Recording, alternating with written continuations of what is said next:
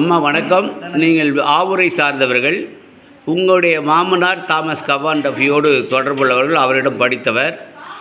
அவருடைய பிள்ளைக்கு தாமஸ் கவான் டஃபின்னு பேர் வைத்திருக்கிறார் இல்லைங்களா? ஏன் அந்த தாமஸ் கவான் டஃபின் வைத்தார் என்பதை நீங்கள் கொஞ்சம் தெளிவுபடுத்துமாறு கேட்டேன். நான் ஆவூருங்க. நான் வேட்டவளம் கல்யாணம் பண்ணின்னு வந்தேன். 79 எனக்கு கல்யாணம் நடந்தது. வந்து ஒரு 5-6 வருஷம் கூட இவர் முழு பேர் தெரியாது. தாமஸ் மட்டும் தான் எனக்கு தெரியும்.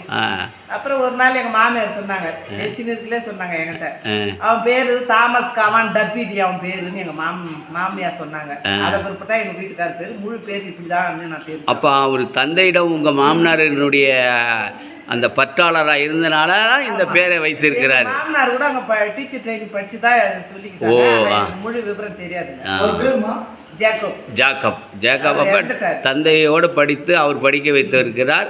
அதனால தான் அவருடைய அந்த பெயரையே வைத்திருக்கிறார். எங்கள் வீட்டுக்காரர் பிறந்திருக்கிறாரு. அந்த தாமஸ் கவான் டஃபி பேருக்கு நீங்கள் அந்த ஜபமோ அவருடைய பேர் வைத்தார் என்ற ஒரு நினைவெல்லாம் பகிர்ந்தது உண்டா? எனக்கு தெரியாதுங்க. எங்கள் பையனை கொண்டு போய் நான் 8வது அங்கே சேர்த்தேன் திண்டிவனத்தில். சகாயா பிரேம்குமார் 8வது அங்கே படிக்க வச்சோம்.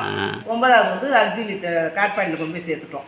அதுலேருந்து அவன் அங்கே படிச்சுன்னு இருந்தான். அப்பா பேர் எழுதும்போது தாமஸ் கவான் டஃபின் மகன் தான் எழுதிப்பாங்க. 2வது வாரம் என்னை வர வைப்பாங்க. நான் போயிட்டு வந்திருக்கிறேன். போயிட்டு பீஸ் கட்டி. இப்போ தாமஸ் கவான் டஃபி பேர் வைத்திருக்காரு இல்லையா?